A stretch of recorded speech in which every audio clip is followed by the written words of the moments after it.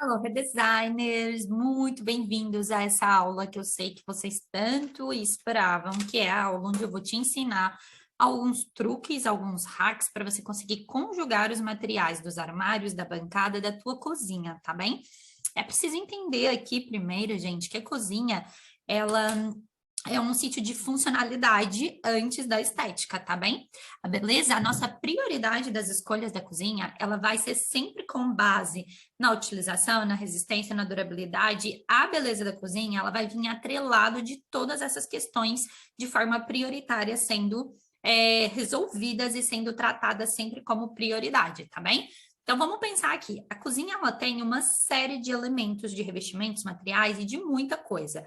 Se nós não tivermos um alinhamento de organização, sistema interno de funcionalidade dentro dos armários, que esteja alinhado com a quantidade de coisas que eu preciso, provavelmente você não vai ter uma cozinha bonita, porque ela não vai ter espaço para tudo e vai ficar repleta de coisas nas bancadas. Então, não dá para soltar a mão de uma coisa e da outra, tá bem? A gente tem que vir aqui atrelado. A beleza, a nossa mão esquerda, a nossa prioridade de função, ergonomia, organização, sempre em primeiro plano, tá bem? Então, vamos lá. Eu vou partilhar aqui com vocês o nosso alinhamento. Trouxe aqui para vocês, como sempre. O nosso primeiro alinhamento aqui. Por onde que a gente começa, né, gente? A nossa cozinha. Por onde que a gente começa a escolher? Eu vou trazer para vocês. Primeiro ponto a escolher, quando você estiver pensando na sua cozinha, comece pela bancada. Por quê? Primeiro porque a bancada ela tem um custo de investimento quase que equivalente a todo o mobiliário e todo o restante, porque a bancada da cozinha, ela é efetivamente um investimento alto. Então, ela tem aqui, ela carrega e suporta, na verdade, metade do teu investimento da cozinha. Depois a gente tem aqui os materiais que você tem aí disponíveis para considerar, entender o que vai fazer mais ou menos sentido para você, de acordo com os investimentos financeiros que você queira fazer e a durabilidade. E, gente, ela está aqui devidamente organizada para vocês verem, de acordo com relação qualidade e preço, tá? A gente tem o mármore, que é aqui a nossa uma estrela, que é barato em comparação a outros elementos, o mármore, que é uma pedra natural. Depois pode haver aqui algumas variações, como o linóleo, extremose, que são tipos de mármore, na verdade, mais ou menos calcários, que eu evito bastante. Embora seja uma pedra incrivelmente resistente, ela tem aqui toda a questão das manchas e da corrosão com alguns ácidos. Lembrando que na cozinha a gente comumente manipula ácidos, né? Esses ácidos podem ser vinagre, molho de tomate, vinho, suco de limão. São coisas que normalmente a gente manuseia na cozinha que vão criar aqui alguma corrosão. Tem como o mármore ser um pouquinho mais resistente a isso, se ele for tratado. Mas aí o custo anual de você estar impermeabilizando e tratando talvez faça com que seja mais interessante previamente você já fazer uma escolha aqui de maior durabilidade e de melhor resistência, tá bem? A esses agentes químicos, na verdade, que a gente acaba manipulando diariamente na cozinha. Depois, em segunda opção aqui, relação qualidade e preço, a gente vai ter o granito. Gente, o granito, ele tem muitas opções de textura, não precisa ser só aquele cinzento ou acastanhado. A gente tem um granito Via Láctea, que é até bem parecido com o mármore o Neomarquina, que é aquele mármore mais escuro com veios brancos. A gente tem o granito Itaúnas, que é mais clarinho. A gente tem granito claro mesmo, branco, com umas pintinhas pretas. Então, vamos explorar um pouquinho mais, de repente visitar a pedreira, de repente pesquisar um pouquinho sobre as opções de granito que tem. O granito, em termos das pedras naturais, ele é o que oferece melhor resistência à corrosão, ao calor, mas lá está, é uma pedra que na manutenção, no manuseio da montagem da cozinha, é sensível, tá bem? Então, por exemplo, se você está pensando numa ilha, o granito é o tipo de pedra que dificilmente a gente vai conseguir ter placas muito grandes dele. Por quê? Porque ele acaba por perder a resistência quando é muito grande, além de que é muito pesado e a logística, né, para levar até dentro da sua casa também pode ser muito complicada. O granito tem a vantagem de não se notar tanto, não é que ele seja resistente às manchas, mas o fato de ser bastante texturado faz com que não se note tanto. Olha, uma opção Chave de ouro para quem quer reduzir aqui os custos é trabalhar com granito negro da Angola ou o granito do Zimbábue, que são dois tipos de granito que tem muita pouca textura daquele feldspato, daquelas partículas todas que compõem o granito e que fazem ali um contraste muito legal e tem como você reduzir assim o orçamento bastante comparativo às outras pedras, tá? Depois a gente tem aqui quartzo. Gente, quartzo a gente tem comumente conhecido como silestone, da Consentino, que é a marca, né? Mas o quartzo aqui é uma porcentagem de quartzo e uma porcentagem de resina. A gente tem uma marca portuguesa, inclusive, que é a Compact, que é aquela que eu super aconselho, que faz um compósito, né? Uma bancada de quartzo com resina, e tem uma diferença, tá? Na quantidade de resina, ela tem em média 90 a 92% de quartzo e entre 8 a 10% de resina, comparativa a Consentino, por exemplo, que tem em média 94 a 96% de quartzo e uma porcentagem menor de resina, faz com que quanto mais pedra e menos resina, mais resistente seja. No entanto, a resina traz-nos um módulo de elasticidade que faz com que a bancada seja mais resistente. Deixou cair alguma coisa, não parte tanto. Então, prós e contras dos dois. A Compact é uma ótima opção portuguesa e facilmente vocês encontram e tem aí uma panóplia de opções em termos de cores e texturas e padrões incríveis também. Depois a gente tem o Corian e a Decton, que podem se enquadrar aqui dentro dos compósitos de quartzo, no entanto, eles são mais de uso comercial. Eu não aconselho investir em Corian ou Decton numa cozinha, porque acho que o investimento financeiro é muito exponencial, né? É muito mais caro do que os outros. E a grande vantagem da Decton e da Corian é o fato de trazerem placas gigantes sem cortes, ou de poder fazer aqui esculpido a própria cuba, poder fazer ali alguns elementos sem juntas, sem cortes, que a gente consegue facilmente na resina. Eu trabalho na resina, por exemplo, com a porcelanosa, que tem a resina de Crayon, que dá para a gente transformar tranquilamente, que tem um prazo de entrega super rápido, desde eles retificarem na tua cozinha as medidas até te entregarem uma semana, 10 dias. O Crayon é uma resina fácil de trabalhar, é antibacteriana, é incrível para cozinha, desengordurante, não fica ali engordurado, igual aquelas resinas compósitas que a gente costuma ver às vezes nos lavatórios. Então, a resina o Crayon, que é a resina da porcelanosa, é aquela que eu aconselho, relação custo-benefício, me traz aqui também uma qualidade superior à do quartzo por ser antisséptico, né? Por ser antibacteriano, e por me poder dar essa qualidade de não ter juntas, de poder fazer, por exemplo, cubas esculpidas. E a resina Crayon, que é a que eu trabalho, ela também tem aí mais de 300 variações de cores e texturas, tá bem? Então, vocês podem trabalhar com padrão de mármore, por exemplo, na resina de Crayon. Mas ela tem aquele branco mate, que eu adoro, eu acho super moderno, super contemporâneo e fica maravilhoso na cozinha. Depois a gente tem a cerâmica a alta temperatura sim que pode ser aplicado, que inclusivamente a porcelanosa, por exemplo, tem o X-Stone, mas aí vocês têm outras marcas de cerâmicas que também fazem bancadas de cozinha de cerâmica. A da porcelanosa é a X-Stone, é bastante mais cara que todos os outros elementos, traz uma função estética muito grande, né? Em termos de resistência, a cerâmica é resistente por natureza, resiste ao calor, resiste a tudo, dá para ser fosco, dá para ser polido. E aqui, a grande vantagem da cerâmica vai ser, em termos estéticos, poder ser muito polido, poder ter aquele efeito reflexivo, sabe? Quase espelhado, ter uma bancada assim, num ambiente mais sofisticado, por exemplo. Ela é super, super indicado. No entanto, ela consegue ter aquela proteção de pH máximo e não ter tanta porosidade quanto os outros elementos polidos. Então, ela acaba por ser aqui bastante resistente a manchas, a calor, a tudo que a gente utiliza. Inclusive, dá até para cortar em cima, né? Legumes e isso. E ela é super resistente ao risco também.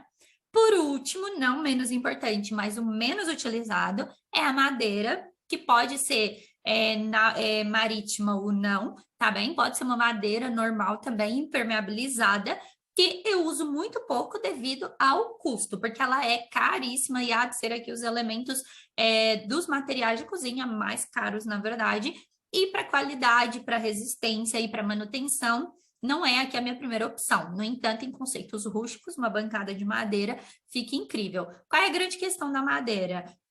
ela vai se desgastando, né? Só de você encostar com o braço, ao fim de uns anos, ela vai ter aí a curvatura aí do teu braço, por exemplo, na bancada, que é muito bonito em alguns estilos, inclusivamente. No industrial dá para utilizar, no rústico também, em conceitos aqui mais desconstruídos e subestilos também mais desconstruídos, fica incrível porque ela traz essa personalidade do desgaste da madeira, dos nós naturais, e fica muito bonito, porém, é que o nosso elemento mais caro e que requer mais manutenção.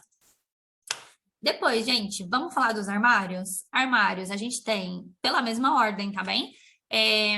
Aglomerados e MDF hidrófugo. Normalmente, todos os interiores hoje, se vocês forem comprar estandarizados, são em aglomerados. O que é importante? Que vocês também reconheçam a sua aglomerada é a 96% ou a 90% ou a 80%. Quanto menor a porcentagem do aglomerado, possivelmente menos resistente ele é. Então, tentem comprar aí um aglomerado superior a 90% nos interiores, tá bem?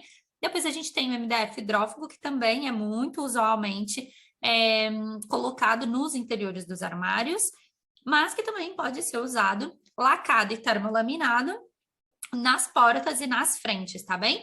Nas portas e nas frentes, a gente quer sim uma qualidade muito boa. Então, qual que é a diferença aqui do lacado e para o termolaminado, gente? Que é a dúvida do ano, né? O lacado é pegar no MDF, depois ele lá com compressor dentro de uma estufa, ele é pintado. Então, ele não tem marca de pincel, ele não tem nada, ele não tem recortes, ele não tem juntas. Qual que é o sinão do lacado? Que para uma cozinha, às vezes ele é pouco resistente e às vezes ainda durante a montagem da cozinha, deu ali uma batidinha, já salta um pouquinho a lasca. Esteticamente, ele é muito mais bonito, porque não tem as juntas de orlagem do laminado, porque o laminado é uma placa de MDF com uma lâmina, né? À frente, que pode ser termolaminado ou não. Ó, tô vendo ali uma gralhinha, gente, termolaminado, tá?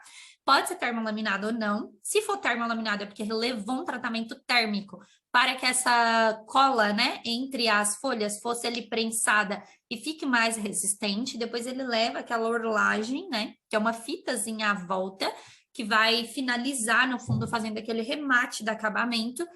E essa fita, com o passar dos anos, ela tem uma tendência a ganhar uma coloração diferente, às vezes junta ali um pouquinho de sujeira nessa junção das fitas, quando a orlagem não é bem feita. Então, o lacado, ele não tem essas junções. No entanto, o termolaminado é muito mais resistente. Ambos a gente consegue em todos os acabamentos.